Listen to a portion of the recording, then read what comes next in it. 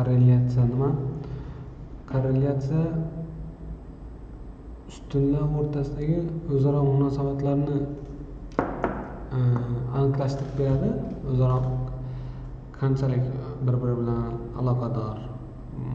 Birinchi ustunligingizdagi nimani o'zgartirsangiz, sonni o'zgartirsangiz, ikkinchi ustunligingizga qanchalik ta'sir qiladi, ana shu narsalarni korrelyatsiya aniqlab beradi. Korrelyatsiya bo'lish uchun data framingizni hamma ustundagi son bo'lishi kerak. Chunki sonlarni nima qiladi. Biza ham nimani chaqirib olamiz?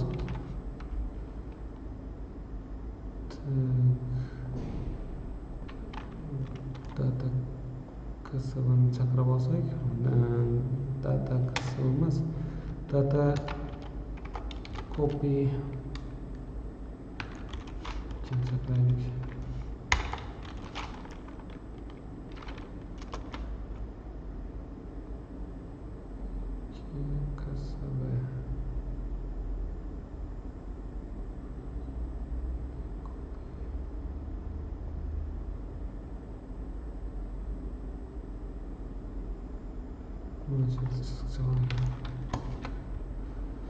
Tak, y chiqaradigan bo'lsak, mana ichida ko'p nimalari bor. Nomeri, yoshi, vazni, bo'yi degan o'zgaruvchilarimiz bor. Endi shular o'rtasidagi munosabatlarni aniqlash, korrelyatsiyani ko'rish, bunday qilamiz.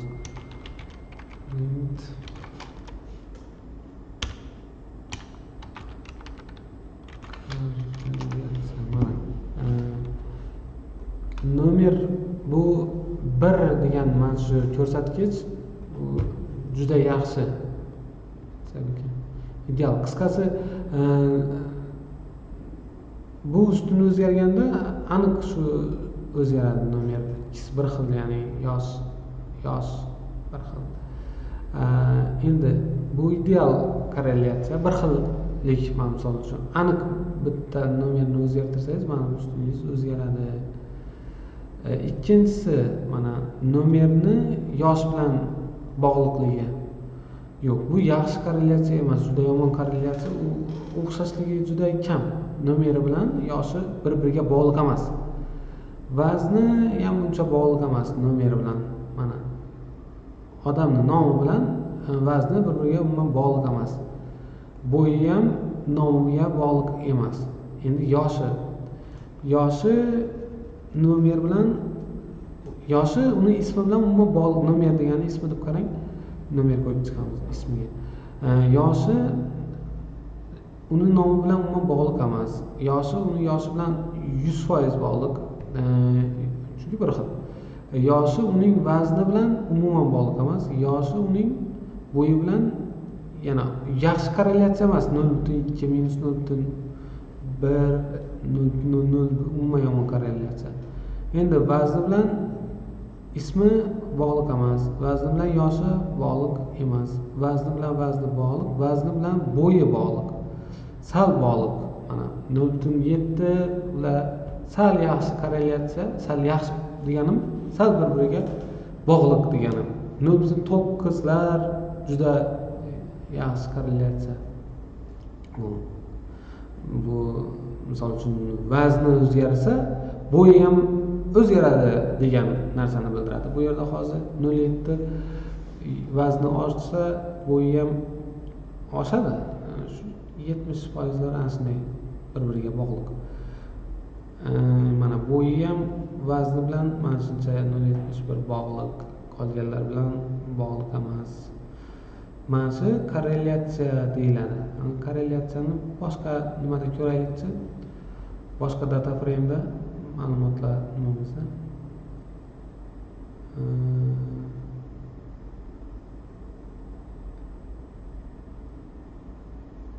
Hozir hech JSON'ni qo'llamadik. JSON'da ko'ramiz. Tak,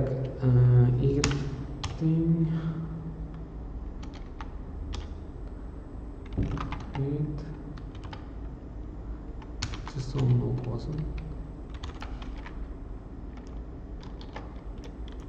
nima degan sonimiz bor? Datazi son. Son. Tak, o'qib oldi. Y ni chiqarsak davomiyligi, pulsi, maksimum pulsi, kaloriyasi. Endi buni korrelyatsiyasini chiqaradigan bo'lsak, print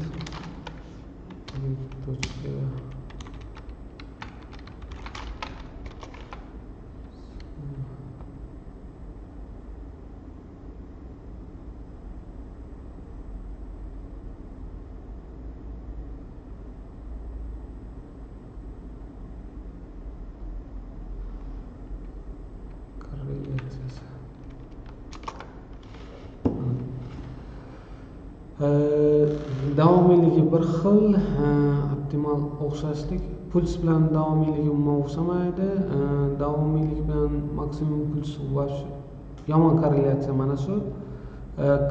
Kaloriyasi bilan davomiylik ya'ni ko'p ishlashi, ko'p mashq qilishi. Ko'p mashq qilgan odam ko'proq kaloriya yeydi deb tushunamizmi mana shunday. Pulsi maksimum puls bilan bog'liq. Tak, yana nimasi? Bu yomon korrelyatsiya, bu yaxshi. Puls bilan maksimum puls. Mana davomiyligi korrelyatsiya bilan 0.9 bu juda yaxshi. Kaloriyasi oshsa ko'p ishlaydi. Davomiylik, ish faoliyati davomiyligi ko'p bo'ladi degan ma'noda. Misol uchun davomiylik ustunida bir qiymat o'zgartirsangiz, korrelyatsiya ham aniq kaloriyasi ustuni ham aniq o'zgaradi degan natijani beradi bu. Minus 0.9 bo'ladigan bo'lsa, mana shu yerda minus bo'ladigan bo'lsa, teskarisiga bo'ladi. Teskari korrelyatsiya bo'ladi. Misol uchun kaloriyasi oshsa, davomiyligi tushadi. Minus bo'ladigan bo'lsa bu yer. Mana shu minus bo'ladigan bo'lsa. Korrelyatsiya mana shu bog'liqligi. Mana shu minus bo'lsa teskari bog'liq. Shunday 0.9 o'zi minus 1 oralig'ida o'zgaradi bu son. Minus 1 oralig'ida, maksimum 1 minus 1. Korrelyatsiya mana shu narsa.